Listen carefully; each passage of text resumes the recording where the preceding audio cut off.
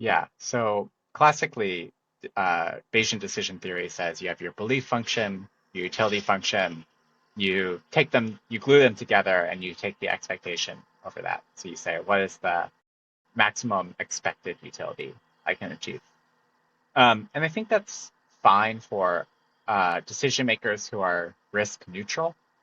Um, if you think losses and wins are equally valuable, or that you're comfortable with uncertainty so long as that on average things will work out, then that's the right decision-making framework for you. And there's a kind of a robust philosophical dispute about whether risk neutrality is like the uniquely best position. But whatever the answer to that question is, people in practice are risk averse, and businesses might have reasons to be risk averse. Um, that might be kind of beyond your control. So you can build in all kinds of constraints and um, special modifications to your function. And I think this is the illustrates this kind of nice division of labor, is that optimal decision making is a complex process, and that you need to kind of cognitively separate it from the modeling part to be able to keep track of everything.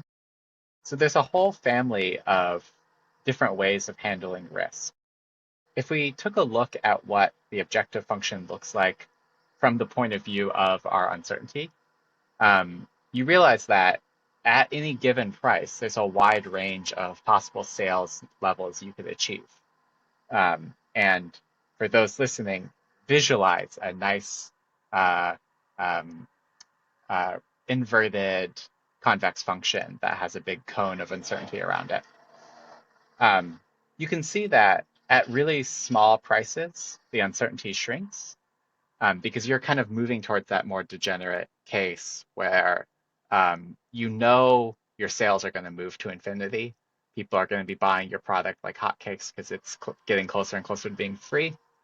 Um, and there's like less complexity in the behavior. Whereas on the other side, as you move to higher and higher prices, there's a huge difference between if one person buys it or if two people buy it. And as a result, you get a much wider level of uncertainty in the kind of profit you might expect to achieve. So the different prices are asymmetrical with respect to uncertainty. And you might want to be on the safe side for some reason. One way to be on the safe side is to have any utility function that diminishes at higher and higher profits. So like there's this kind of long-standing idea in social sciences that people who are really rich aren't that much more happy than people who are a little bit rich. You know, once you're kind of past the 500,000 threshold, there's not that much more to be gained uh, in happiness. And that's the kind of idea with these exponential utility functions. This is a very popular technique from economics to model diminishing returns in utility for money. So there's a whole family of them, but all of them have the same behaviors that they saturate as you get more and more money. So instead of just taking your profit, sorry, you're taking your profit and passing it and calling that the same thing as utility, you can add an extra layer in between your profit and your utility, which is some function that modifies that.